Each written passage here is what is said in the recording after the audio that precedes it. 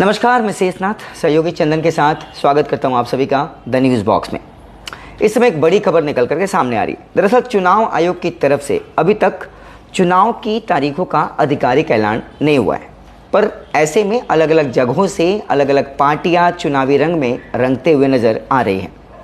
बात तो राहुल गांधी की यात्रा की, भारत जोड़ो न्याय यात्रा की, या फिर नरेंद्र मोदी के द्वारा अलग अलग तरीके के शिलान्यासों की, या फिर ममता बनर्जी की सक्रियता की, दूसरी तरफ केजरीवाल की अगुवाई की, या बात कर ले प्रशांत किशोर की।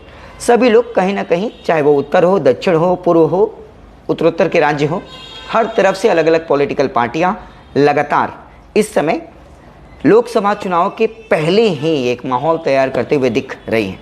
प्रशांत किशोर एक समय पश्चिम बंगाल की मुख्यमंत्री ममता बनर्जी के साथ विगत विधानसभा चुनाव में उन्होंने काम किया था। आपको मालूम है, प्रशांत किशोर जी की अपनी एक एजेंसी है जो वोटिंग के से रिलेटेड जानी जाती है, और चाणक्य के तौर पे ये जाने जाते हैं पार्टी को जितवाने को लेकर के। ज़बरदस्त तरीके से इनकी नीतियां जो है अलग अलग समय पर अलग अलग पॉलिटिकल पार्टीज़ के लिए काम आई।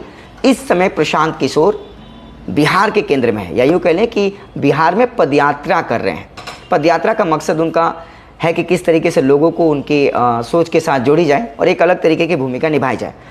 एक नेशनल मीडिया को आप देख पा रहे होंगे इस समय हमारे स्क्रीन पे, एबीपी न्यूज़ पे दरअसल उन्होंने बाकायदे बातचीत के दौरान एक बड़ी बात कही है। स्पष्ट तौर पे उन्होंने बंगाल में टीएमसी और वर्सेस बीजेपी को लेकर प्रशांत किशोर ने की भविष्यवाणी। ये टाइटल देख पा रहे होंगे आप, एबीपी के सूत्रों की माने या एबीपी पर प्रसारित जो बाइट है, इस समय जो बातचीत है प्रशांत किशोर और एबीपी न्यूज़ एंकर की, उस बातचीत के मद्देनज़र दो बड़ी बातें निकल करके सामने आ रही है।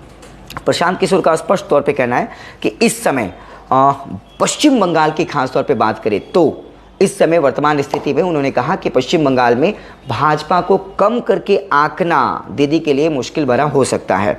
उन्होंने कहा कि विगत चुनाव में ये ना समझे टीएमसी कि भाजपा का वही हाल होगा, क्योंकि अपना एक रणनीति है, अपनी उनकी एक सोच है प्रशांत किशोर की, और चूंकि उन्होंने मुख्यमंत्री ममता बनर्जी के साथ बहुत क्लोजली काम किया था, चीज़ों को वॉच किया था, बहुत सारे नारे, स्लोगन, जैसे दुआरे सरकार कहा जाता है कि इस स्लोगन को सामने लाने में भी, इस बात को सामने लाने में भी प्रशांत किशोर की अहम भूमिका थी। बहुत सारे मुद्दों पर ममता बनर्जी उनसे राय विचार करके फैसले लिया करती थी, क्योंकि राजनीतिक सलाहकार के तौर पे पूरे चुनाव के दौरान वो जुड़े रहे। लगभग 2 वर्षों तक उन्होंने काम किया।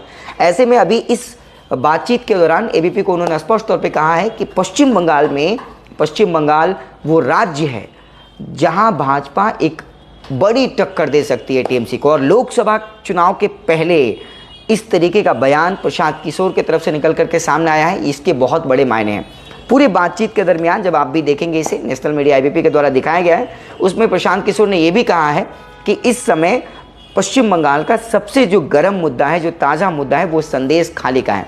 और संदेश खाली को लेकर के जो पश्चिम बंगाल सरकार की जो रवैया है या टीएमसी की जो भूमिका है, उसने कहीं ना कहीं बीजेपी को एक ऑक्सीजन देने का काम किया है। इस पूरे मुद्दे को बीजेपी भुनाने में लगी है, जो चुनाव में शायद कहीं ना कहीं थोड़ा मार्जिन दे सकता है भाजपा को, पश्चिम बंगाल की बात करें तो। हालांकि इस पूरे बातचीत के दौरान उन्होंने कई और मुद्दों पर भी, कई और जगहों पर भी उन्होंने चर्चा की। बाकायदे उन्होंने बताया कि महाराष्ट्र में और कर्नाटक में, और खासतौर पर मध्य प्रदेश जहाँ कांग्रेस मजबूत स्थिति में थी, वहाँ कांग्रेस ने अपनी ही गलतियों के कारण गोल पोस्ट में गोल करने का मौका दे दिया भाजपा को, जहां भाजपा ने सरकार भी बना लिया। कर्नाटक में भी सिद्धारमैया के साथ उसी तरीके की बात उन्होंने कही। महाराष्ट्र में शिवसेना से अलग होकर अजित पवार ने अपनी एक अलग पार्टी बनाई, और वहां पर भी निश्चित तौर पे भाजपा को मार्जिन मिलता हुआ दिख रहा है। ऐसे में प्रशांत किशोर की ये बातचीत कहीं ना कहीं पश्चिम बंगाल में उस ओर इशारा कर रही है कि लोकसभा चुनाव के पहले बीजेपी कहीं ना कहीं थोड़ी सी मार्जिन ले सकती है। संदेश खाली की घटना फ़ायदा या नुकसान पहुंचा सकती है। इसको लेकर के खुले तौर पे, खुले मंच पे दरअसल नेशनल मीडिया के सामने प्रशांत किशोर ने ये बातें कही। आपको बता दें, ये वही प्रशांत किशोर है जो कभी भाजपा के लिए रणनीति बनाया करते थे।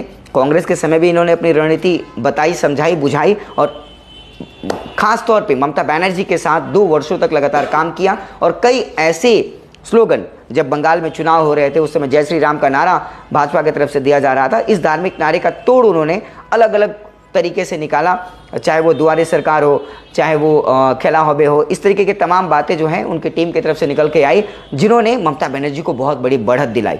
ऐसे में निश्चित तौर पे ये बातचीत कहीं ना कहीं इसके बहुत बड़े राजनीतिक मायने हैं। प्रशांत किशोर का अपना एक वजूद है, अपनी एक पहचान है और वैश्विक राजनीति में खासतौर पे भारत में वो अलग अपनी रणनीति के लिए जाने जाते हैं।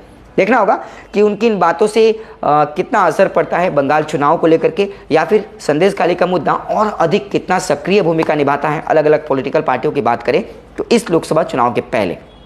ये थी ताज़ा तरीन खबर प्रशांत किशोर की उस बातचीत को लेकर के जो उन्होंने एबीपी से लाइव बातचीत के दौरान दी थी। मैं बना हुआ था अपने सहयोगी चंदन के साथ। लगातार ताज़ा अपडेट्स पाने के लिए, खबरों के साथ जुड़े रहने के लिए देखते रहिए द न्यूज़ बॉक्स।